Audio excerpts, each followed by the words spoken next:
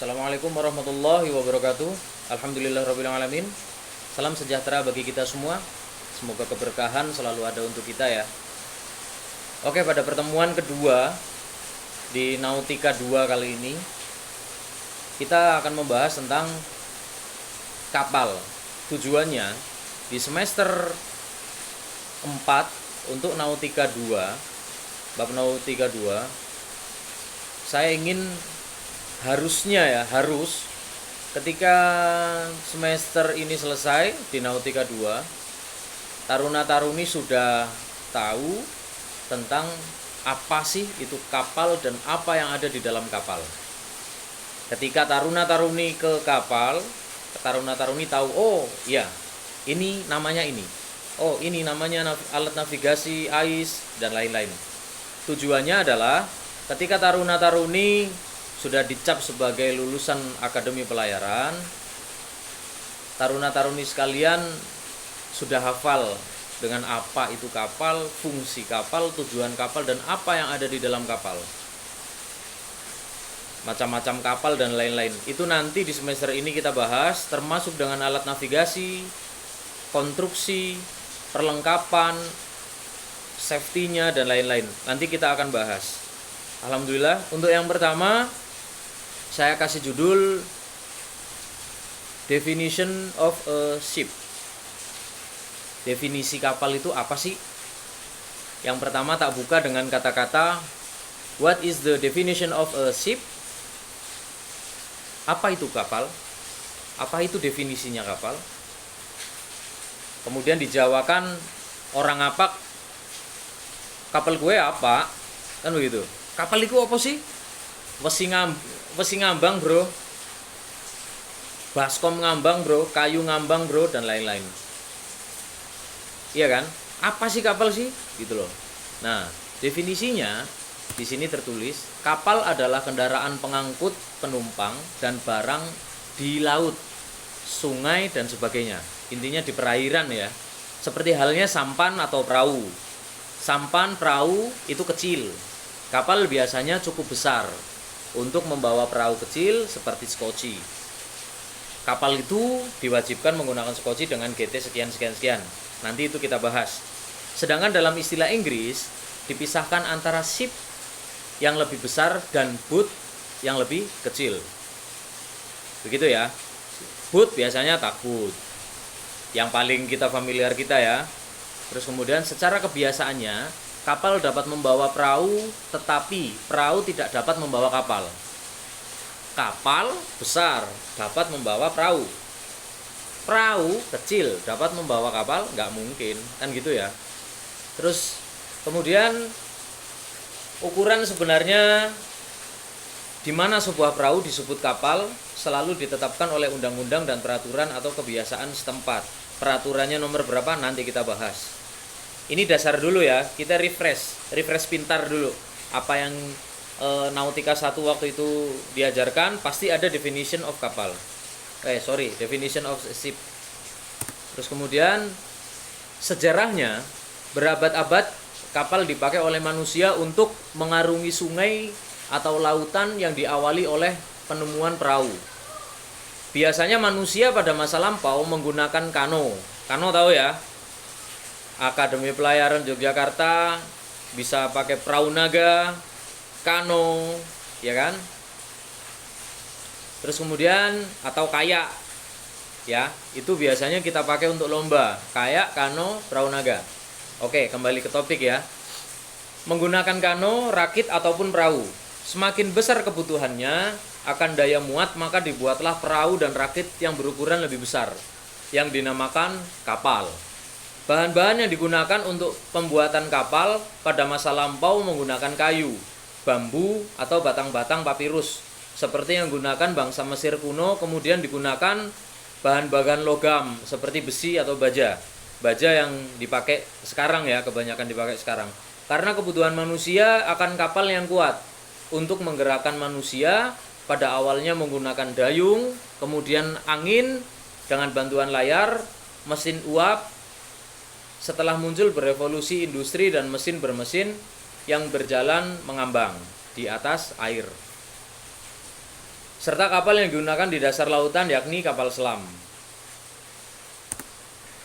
Kemudian berabad-abad kapal digunakan untuk mengangkut penumpang dan barang sampai akhirnya pada awal abad ke-20 ditemukan pesawat terbang yang mampu mengangkut barang dan penumpang dalam waktu singkat. Maka kapal-kapal itu mendapatkan saingan berat, tapi yang tidak bisa diangkut dengan pesawat apa contohnya? Alat-alat atau kendaraan yang muat berat. Itu lebih efisien di kapal. Namun untuk kapal masih memiliki keunggulan, yakni mampu mengangkut barang dengan tonase yang lebih besar, ya, sehingga lebih banyak didominasi kapal niaga dan tanker. Sedangkan kapal penumpang banyak dialihkan menjadi kapal pesiar, seperti kapal pesiar Queen Elizabeth. Kapal penumpang, ya, atau kapal feri yang biasa kita tanya, yang biasa dipakai ya di Indonesia, kapal feri. Kapal feri adalah kapal yang untuk mengangkut penumpang. Biasanya yang dipakai di Indonesia seperti di perusahaan saya itu feri roro, kapal yang mengangkut muatan kayak anggaplah truk, mobil dan lain-lain. Mengangkut muatan, kendaraan dan penumpang, kapal feri roro. Karena untuk survive yang bagus itu adalah kapal feri roro. Kalau hanya kapal feri untuk mengangkut penumpang dari satu tempat ke tempat lain, persaingannya itu dengan pesawat. Karena kebanyakan orang akan naik pesawat karena dia lebih cepat. Tetapi tetap orang ketika membawa muatan tidak bisa menggunakan pesawat, akhirnya menggunakan kapal. Itu adalah pilihan, ya kan? Itu adalah pilihan. Lanjut. Secara etimologinya ya, untuk etimologinya, kata kapal di bahasa Indonesia dan Melayu berasal dari rumpun bahasa Dravida, kapal. Kata ini muncul pada literatur Tamil di abad ke-17. Kata kapal selalu merujuk kepada kendaraan air buatan luar negeri, dalam hal ini India ya pada saat itu. Pada saat itu perahu merujuk kepada kendaraan air besar. Sampai akhirnya benar-benar digantikan oleh kata kapal untuk merujuk kepada kendaraan air besar.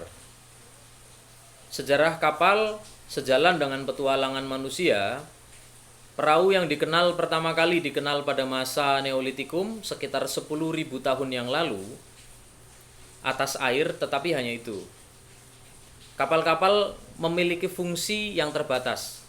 Mereka hanya bergerak di atas air, tetapi hanya itu tok.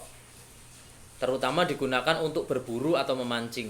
Berarti kemungkinan perahu sampan kayak di kampung-kampung ya, cuman pakai kayu, kita jejer terus kita naik. Itu pun pasti menggunakan tenaga manusia ya kan. Kano tertua yang ditemukan arkeolog sering dibuat dari batang pohon. Betul, dari batang pohon ya. Menggunakan peralatan batu sederhana. Sekitar 5.000 tahun lalu, orang tinggal dekat Kongens-Lyby di Denmark menemukan lambung terpisah yang memungkinkan ukuran perahu yang ditingkatkan secara bertahap. Dari mulai kecil sesuai dengan ini ya kebutuhan, akhirnya untuk dimodernkan istilahnya untuk selalu lebih bagus. Ketika kita bikin perahu zaman dulu, kita menggunakan pakai pelepah pisang. Habis itu bagaimana caranya lebih bagus, kita pakai kayu, bagaimana lebih bagus. Nah, selalu lebih bagus. Yang memungkinkan ukuran perahu ditingkatkan secara bertahap. Perahu segera berkembang menjadi perahu lunas yang mirip dengan kapal kerajinan kayu saat ini. Kapal kayu ya untuk saat ini. Untuk menentukan arah, pada masa lalu kapal berlayar tidak jauh dari benua atau daratan. Namun, sesuai dengan perkembangan, akhirnya para awak kapal menggunakan bintang sebagai alat bantu navigasi dengan alat bantu berupa kompas dan astrolabe serta peta. Masih tetap dipakai ya untuk kompas dan peta. Ditemukannya jam pasir oleh orang-orang Arab juga ikut membantu navigasi, ditambah dengan penemuan jam oleh John Harrison pada abad ke-17. Penemuan telegraf oleh Samuel F.B. dan radio oleh Jim Marconi terlebih-lebih menggunakan radar dan sonar yang ditemukan pada abad ke-20. Sekarang pakai radar. Yang ditemukan pada abad 20 membuat peranan navigator akan tergeser. Kesatuan kecepatan kapal dihitung dengan knot, di mana 1 knot 1,85200 km per jam. Oke, menjelang akhir abad ke-20, navigasi sangat dipermudah oleh GPS. Betul sekali. Yang dimiliki ketelitian sangat tinggi dengan bantuan satelit. Selain dari itu, sistem komunikasi yang sangat modern juga menunjang navigasi. Dengan adanya beberapa macam peralatan seperti radar tipe ARPA, memungkinkan para navigator atau mualim-mualim bisa melihat langsung keadaan kondisi laut. Betul sekali. Radar ARPA ini adalah radar modern yang bisa deteksi langsung jarak antara kapal dengan kapal satu dengan kapal yang lainnya. Kecepatannya, kapal dengan daerah berbahaya, kecepatan kapal, kecepatan angin, dan mempunyai daya akurasi gambar yang jelas. Selain itu ada lagi dengan sistem GMDSS, yaitu sistem keselamatan pelayaran secara global. Kalau sesuatu kapal berada dalam kondisi berbahaya, sistem ini akan memancarkan berita bahaya yang berisi posisi kapal, nama kapal, jenis mara bahaya secara otomatis ya, tepat dan akurat. Untuk sistem komunikasi lainnya ada Inmarsat, suatu sistem pengiriman berita menggunakan email, telepon, telex, ataupun faksimil. Next, jenis-jenis kapal. Pasti sudah tahu semua, yang lalu-lalu juga udah kita bahas. Kita refresh lagi, refresh pintar, biar tambah pintar. Jenis kapal. Kapal sulit banget buat diklarifikasikan, terutama karena banyak sekali kriteria yang menjadi dasar klasifikasi dalam sistem yang macam-macam, sesuai dengan fungsi juga ya. Karena setiap kapal ini selalu berbeda sesuai dengan kegunaannya. Modifikasi, alhamdulillah manusia sekarang luar biasa, teknologi yang luar biasa canggihnya. Berdasarkan tenaga penggerak, kapal-kapal yaitu salah satunya adalah kapal bertenaga manusia, tenaga nasi kalau kita bilang ya. Terus kemudian kapal layar, tahu? Kapal uap, tahu? Kapal diesel atau kapal motor. Kemudian kapal nuklir. Nah, semua ini saya pernah dapat. Yang belum pernah naik kapal nuklir kayak apa tuh gitu ya. Tapi yang penting kita ngerti jenis-jenisnya kapal itu apa. Paling tidak ketika kapal sandar, wih, kapal apa tuh? Kapal api gitu kan. Sorry bercanda biar gokil dikit. Kemudian berdasarkan jenis pelayarannya, yaitu kapal permukaan atas, kapal selam, kemudian kapal bantalan udara. Next, berdasarkan fungsinya. Nah ini, berdasarkan fungsinya nanti saya kirim gambarnya, biar asik, lihat-lihat, ya kan?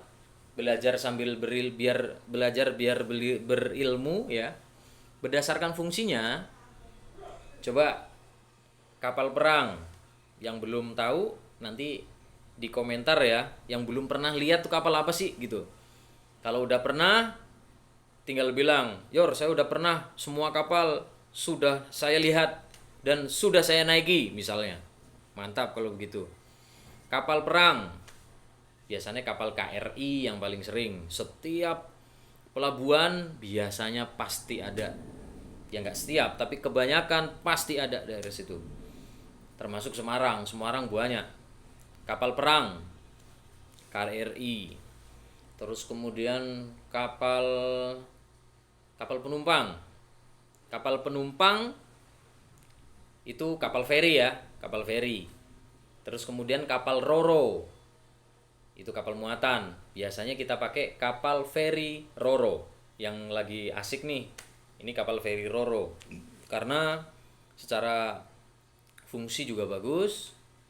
Untuk penyeberangan begitu, kalau kita bawa kendaraan, kalau kapal ini roro aja biasanya untuk sopir dan lain-lain nggak boleh ikut. Biasanya seperti itu, nggak boleh bawa penumpang. Tetapi kalau feri roro muatan bisa naik, truk naik, mobil naik, manusianya juga bisa naik. Itu ferry roro. Orang yang disukai itu biasanya ferry roro. Kalau misalnya seperti Ketapang Gilimanuk, kita ke Bali mau bawa mobil, kita pakai ferry roro. Mobil naik, kita naik. Nyampe tujuan cepat. Kemudian kapal tanker. Tanker udah tahulah, ya kan? Kapal feri tadi udah dibahas. Kapal pemecah es.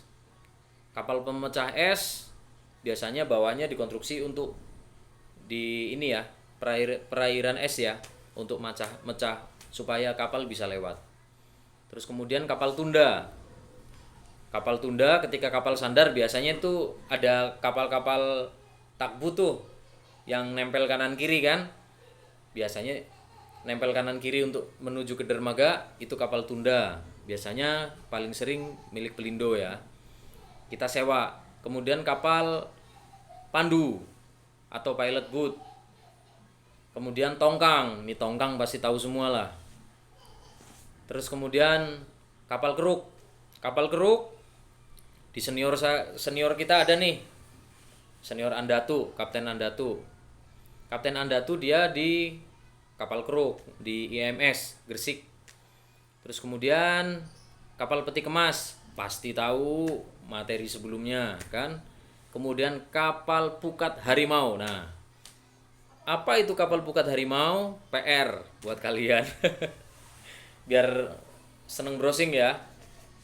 Coba dibuka, jangan cuma YouTube aja. Buka yang berilmu juga. Kapal pukat harimau itu apa sih? Gitu. Kapal pukat harimau apa sih? Gitu kan. Coba nanti cari ya. Biar asik nih, biar sambil cari Google. Nanti coba di komentar kasih tahu, "Yor, kapal pukat harimau itu ternyata ini nih." Nah, gitu kan. Oke, next. Itu buat PR tuh, pukat harimau. Saya yakin pasti kalian bertanya-tanya, apa itu pukat harimau? Nah, oke, selanjutnya saya bikin slogan untuk Nautika 2 ini, jangan ngaku cah pelayaran kalau nggak ngerti kapal, bro. Itu ya. Jangan ngaku cah pelayaran kalau nggak ngerti kapal. Kapal apa sih? Musi ngambang, bro. Oke ya, next. Selanjutnya di silabi Nautika nanti saya kasih silabinya. Yang jelas di sini di Nautika 2 yang saya ini selama 1 semester, ya kan, saya ajar selama 1 semester ini, semua fokus di kapal. Fokus di kapal, apapun itu. Yang penting berhubungan dengan kapal, dari mulai konstruksinya, kemudian dari mulai tali trosnya, ketika pemuatannya dan lain-lain. Navigasinya, alat keselamatannya, sekoci, ILR, pemadam, semua kita bahas di semester ini. Makanya saya pengennya ini, ketika taruna-taruni pengen tahu sesuatu, ayo kita bahas di grup nih, gitu loh. Nggak perlu nunggu ada materi. Kalau nunggu ada materi, ini kalau saya sesuaikan dengan silabi, 10 pertemuan nggak cukup. Per 45 menit ya, itu nggak cukup. Apalagi hanya dengan Zoom. Kalau pertemuan langsung bisa, tapi kalau untuk Zoom nggak yakin. 45 menit yang aktif itu bisa paling nggak hanya 25 menit. Itu kalau sinyal nyangkut. Kalau sinyal nggak nyangkut, kalau sinyal nyangkut di pohon, tahu sendiri. 45 menit nggak manfaat sama sekali kalau sampai sinyal putus lagi. Maka dari itu, kalau kalian pengen materi Nautika ini fungsi dengan baik, ya kan, biar ilmunya berkah juga, coba cari apa yang nggak kalian tahu. Mau telepon silahkan telepon, mau chat di grup silahkan chat di grup. Pertanyaannya apa sih? Mari kita belajar bersama. Itu ya. Mari kita belajar bersama. Kita cari Google, itu luar biasa. Cari di Google semua ada. Ya kan? Ada yang bingung, bilang, apa yang bingung? Mari kita jawab bersama. Mari kita cari tahu bersama dan lain-lain. Insya Allah manfaat. Itu ya, jangan nunggu sesuai dengan materi silabi ini. Kalau disesuaikan dengan silabi ini, nggak bisa untuk 10 pertemuan ini. Karena masih banyak sekali yang ingin saya bahas. Seperti pengedokan galangan, dan lain-lain. Sekarang, itu pertanyaan pertama tadi yang kapal pukat harimau ya. Yang kedua, gimana sih kapal itu bawahnya bisa dicat dengan baik? Coba yang taruna-taruni sekalian yang belum tahu, coba cari tahu. Ini kapal nih, ya kan? Ini kapal nih. Bawahnya kan cat nih. Habis itu kena air, ya kan? Gimana nih caranya nih?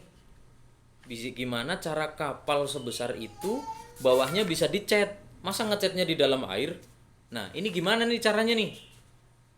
Coba yang ini ya, yang tahu kasih tahu di komentar. Yang nggak tahu coba tanya, Yor saya nggak ngerti nih, gimana Yor? Nggak usah malu, nanti kita bahas bareng gimana caranya. Iya, kalau kapal perahu ya kan kita angkat 6 orang bisa. Kapal yang GT 5000, kapal penumpang, kapal feri, kapal tanker, mau digotong berapa ratus orang ya kan? Kalau mau digotong bagaimana caranya? Digeret kapalnya. Ayo gimana coba ya, ada 2 pertanyaan tuh. Kalau bisa jawab, alhamdulillah. Kalau nggak bisa jawab, tinggal bilang, Yor kasih tahu dong, gitu ya. Oke, belajar biar happy ya, biar kita dapat ilmu, kita juga bahagia, nggak terlalu stres. Oke ya, terima kasih, itu aja. Mudah-mudahan manfaat. Next, untuk pertemuan berikutnya bisa via video lagi. Kalau memang Zoom seperti tadi lemot, nanti pakai video lagi. Tapi sekali-kali taruna-taruni yang bikin video ya, biar saya yang dengerin. Nanti materi tak kasih, biar taruna-taruni baca nih gitu. Oke, terima kasih. Assalamualaikum warahmatullahi wabarakatuh.